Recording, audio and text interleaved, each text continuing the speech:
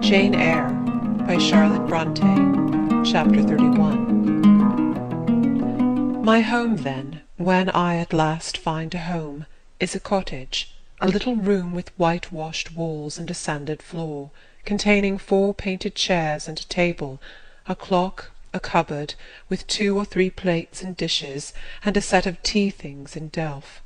Above, a chamber of the same dimensions as the kitchen, with a deal bedstead and chest of drawers, small, yet too large to be filled with my scanty wardrobe, though the kindness of my gentle and generous friends has increased that by a modest stock of such things as are necessary. It is evening. I have dismissed with the fee of an orange the little orphan who serves me as a handmaid. I am sitting alone on the hearth. This morning the village school opened. I had 20 scholars. But 3 of the number can read, none write or cipher. Several knit, and a few sew a little. They speak with the broadest accent of the district. At present they and I have a difficulty in understanding each other's language. Some of them are unmannered, rough, intractable, as well as ignorant, but others are docile, have a wish to learn, and evince a disposition that pleases me. I must not forget that these coarsely clad little peasants are of flesh and blood as good as the scions of gentlest genealogy, and that the germs of native excellence, refinement, intelligence, kind feeling, are as likely to exist in their hearts as in those of the best born. My duty will be to develop these germs. Surely I shall find some happiness in discharging that office. Much enjoyment I do not expect in the life opening before me, yet it will doubtless, if I regulate my mind, and exert my powers as I ought, yield me enough to live on from day to day. Was I very gleeful, settled, content, during the hours I passed in yonder bare, humble schoolroom this morning and afternoon? Not to deceive myself, I must reply, no. I felt desolate to a degree. I felt, yes, idiot that I am, I felt degraded. I doubted I had taken a step which sank instead of raising me in the scale of social existence. I was weakly dismayed at the ignorance, the poverty, the coarseness of all I heard and saw round me. But let me not hate and despise myself too much for these feelings. I know them to be wrong. That is a great step gained. I shall strive to overcome them. To-morrow, I trust, I shall get the better of them partially, and in a few weeks, perhaps, they will be quite subdued. In a few months, it is possible, the happiness of seeing progress and a change for the better in my scholars may substitute gratification for disgust. Meantime, let me ask myself one question. Which is better, to have surrendered to temptation, listened to passion, made no painful effort, no struggle, but to have sunk down in the silken snare, fallen asleep on the flowers covering it, wakened in a southern clime among the luxuries of a pleasure villa, to have been now living in France, Mr. Rochester's mistress, delirious with his love half my time, for he would, oh yes, he would have loved me well for a while. He did love me. No one will ever love me so again. I shall never more know the sweet homage given to beauty, youth, and grace, for never to any one else shall I seem to possess these charms. He was fond and proud of me. It is what no man besides will ever be.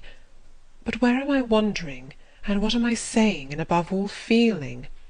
Whether it is better, I ask, to be a slave in a fool's paradise at Marseilles, fevered with delusive bliss one hour, suffocating with the bitterest tears of remorse and shame the next, or to be a village schoolmistress, free and honest, in a breezy mountain nook in the healthy heart of England? Yes, I feel now that I was right when I adhered to principle and law, and scorned and crushed the insane promptings of a frenzied moment. God directed me to a correct choice. I thank his providence for the guidance. Having brought my eventide musings to this point, I rose, went to my door, and looked at the sunset of the harvest day, and at the quiet fields before my cottage, which, with the school, was distant 1/2 a mile from the village. The birds were singing their last strains. The air was mild, the dew was balm. While I looked, I thought myself happy, and was surprised to find myself ere long weeping. And why? For the doom which had reft me from adhesion to my master. For him I was no more to see, for the desperate grief and fatal fury, consequences of my departure, which might now perhaps be dragging him from the path of right, too far to leave hope of ultimate restoration thither. At this thought I turned my face aside from the lovely sky of eve and lonely vale of Morton. I say lonely, for in that bend of it visible to me there was no building apparent save the church and the parsonage, half-hidden trees, and quite at the extremity the roof of Vale Hall, where the rich Mr. Oliver and his daughter lived. I hid my eyes, and leant my head against the stone frame of my door, but soon a slight noise near the wicket which shut in my tiny garden from the meadow beyond it made me look up. A dog, old Carlo, Mr. Rivers' pointer, as I saw in a moment, was pushing the gate with his nose, and St. John himself leant upon it with folded arms, his brow knit, his gaze, grave almost to displeasure, fixed on me. I asked him to come in. "No, I cannot stay. I have only brought you a little parcel my sisters left for you. I think it contains a colour-box, pencils, and paper." I approached to take it. A welcome gift it was. He examined my face, I thought, with austerity as I came near. The traces of tears were doubtless very visible upon it. "Have you found your first day's work harder than you expected?" he asked. "Oh, no. On the contrary, I think in time I shall get on with my scholars very well." "But perhaps your accommodations, your cottage, your furniture, have disappointed your expectations. They are in truth scanty enough, but—" I interrupted. "My cottage is clean and weather-proof, my furniture sufficient and commodious. All I see has made me thankful, not despondent. I am not absolutely such a fool and sensualist as to regret the absence of a carpet, a sofa, and silver plate. Besides, 5 weeks ago I had nothing. I was an outcast, a beggar, a vagrant. Now I have acquaintance, a home, a business. I wonder at the goodness of God, the generosity of my friends, the bounty of my lot. I do not repine." "But you feel solitude and oppression. The little house there behind you is dark and empty." "I have hardly had time yet to enjoy a sense of tranquillity, much less to grow impatient under one of loneliness." "Very well. I hope you feel the content you express. At any rate, your good sense will tell you that it is too soon yet to yield to the vacillating fears of Lot's wife. What you had left before I saw you, of course, I do not know. But I counsel you to resist firmly every temptation which would incline you to look back. Pursue your present career steadily, for some months at least." "It is what I mean to do," I answered. St. John continued, "It is hard work to control the workings of inclination and turn the bent of nature, but that it may be done I know from experience. God has given us in a measure the power to make our own fate, and when our energies seem to demand a sustenance they cannot get, when our will strains after a path we may not follow, we need neither starve from inanition nor stand still in despair. We have but to seek another nourishment for the mind, as strong as the forbidden food it longed to taste, and perhaps purer, and to hew out for the adventurous foot a road as direct and broad as the one fortune has blocked up against us, if rougher than it. A year ago I was myself intensely miserable, because I thought I had made a mistake in entering the ministry. Its uniform duties wearied me to death. I burnt for the more active life of the world, for the more exciting toils of a literary career, for the destiny of an artist, author, orator, anything rather than that of a priest. Yes, the heart of a politician, of a soldier, of a votary of glory, a lover of renown, a lustre after power, beat under my curate's surplice. I considered. My life was so wretched it must be changed, or I must die. After a season of darkness and struggling, light broke and relief fell. My cramped existence all at once spread out to a plain without bounds. My powers heard a call from heaven to rise, gather their full strength, spread their wings, and mount beyond ken. God had an errand for me, to bear which afar, to deliver it well, skill and strength, courage and eloquence, the best qualifications of soldier, statesman, and orator, were all needed, for these all centre in the good missionary. A missionary I resolved to be. From that moment my state of mind changed. The fetters dissolved and dropped from every faculty, leaving nothing of bondage but its galling soreness, which time only can heal. My father indeed imposed the determination, but since his death I have not a legitimate obstacle to contend with.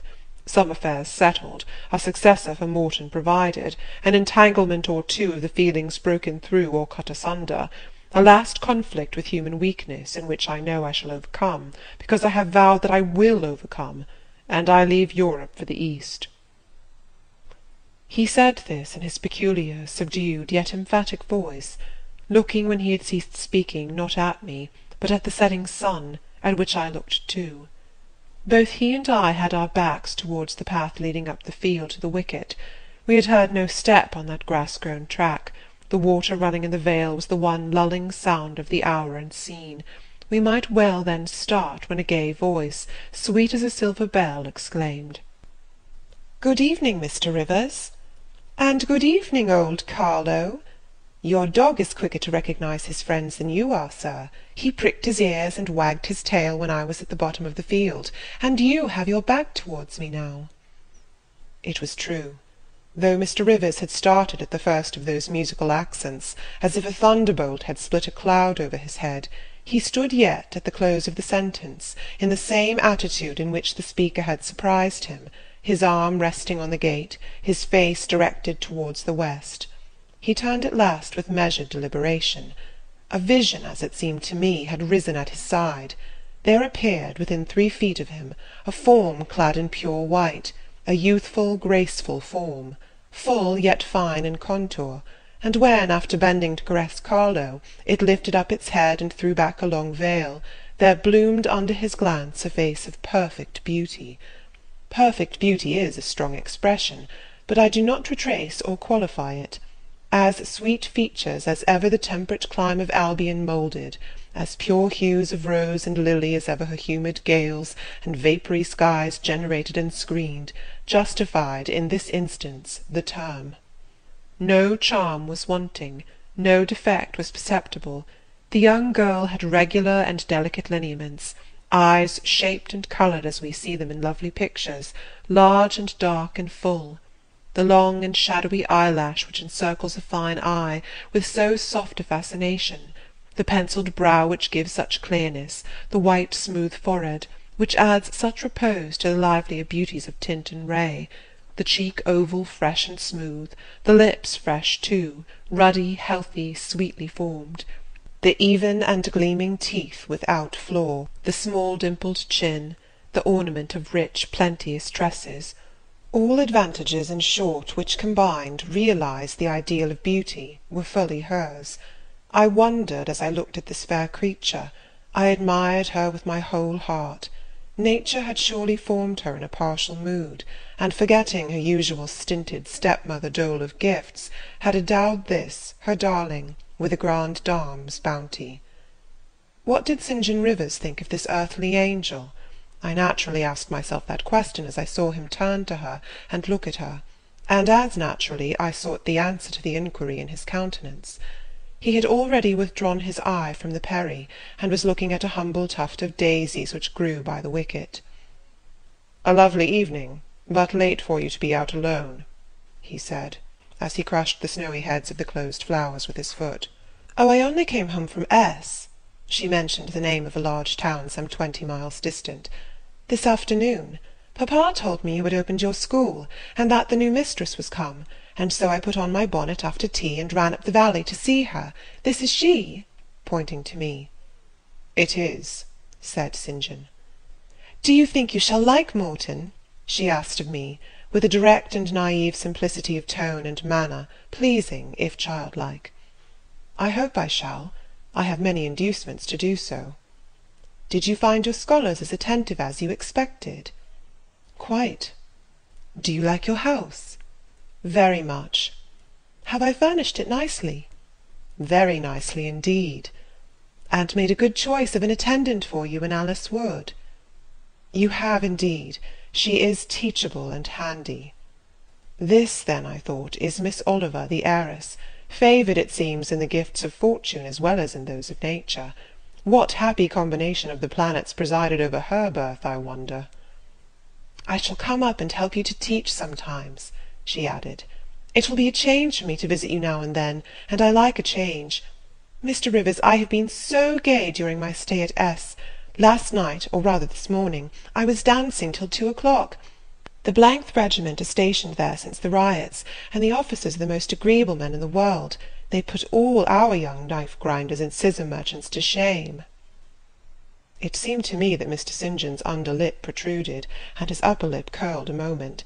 His mouth certainly looked a good deal compressed, and the lower part of his face unusually stern and square, as the laughing girl gave him this information. He lifted his gaze, too, from the daisies, and turned it on her. An unsmiling, a searching, a meaning gaze it was. She answered it with a second laugh, and laughter well became her youth, her roses, her dimples, her bright eyes. As he stood, mute and grave, she again fell to caressing Carlo. "Poor Carlo loves me," said she. "He is not stern and distant to his friends, and if he could speak he would not be silent." As she patted the dog's head, bending with native grace before his young and austere master, I saw a glow rise to that master's face. I saw his solemn eye melt with sudden fire, and flicker with resistless emotion. Flushed and kindled thus, he looked nearly as beautiful for a man as she for a woman. His chest heaved once, as if his large heart, weary of despotic constriction, had expanded, despite the will, and made a vigorous bound for the attainment of liberty. But he curbed it, I think, as a resolute rider would curb a rearing steed. He responded neither by word nor movement to the gentle advances made him. "Papa says you never come to see us now," continued Miss Oliver, looking up. "You are quite a stranger at Vale Hall. He is alone this evening, and not very well. Will you return with me and visit him?" "It is not a seasonable hour to intrude on Mr. Oliver," answered St. John. "Not a seasonable hour! But I declare it is. It is just the hour when papa most wants company, when the works are closed, and he has no business to occupy him. Now, Mr. Rivers, do come. Why are you so very shy and so very sombre?" She filled up the hiatus his silence left by a reply of her own. "I forgot," she exclaimed, shaking her beautiful curled head as if shocked at herself. "I am so giddy and thoughtless. Do excuse me. It had slipped my memory that you have good reasons to be indisposed for joining in my chatter. Diana and Mary have left you, and Moor House is shut up, and you are so lonely. I am sure I pity you. Do come and see papa." "Not to-night, Miss Rosamond, not to-night." Mr. St. John spoke almost like an automaton. Himself only knew the effort it cost him thus to refuse. "Well, if you are so obstinate, I will leave you, for I dare not stay any longer. The dew begins to fall. Good evening." She held out her hand. He just touched it. "Good evening," he repeated, in a voice low and hollow as an echo. She turned, but in a moment returned. "Are you well?"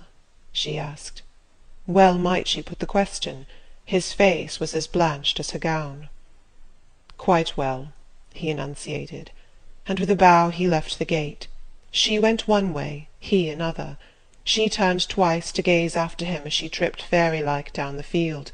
He, as he strode firmly across, never turned at all. This spectacle of another's suffering and sacrifice rapt my thoughts from exclusive meditation on my own. Diana Rivers had designated her brother inexorable as death. She had not exaggerated.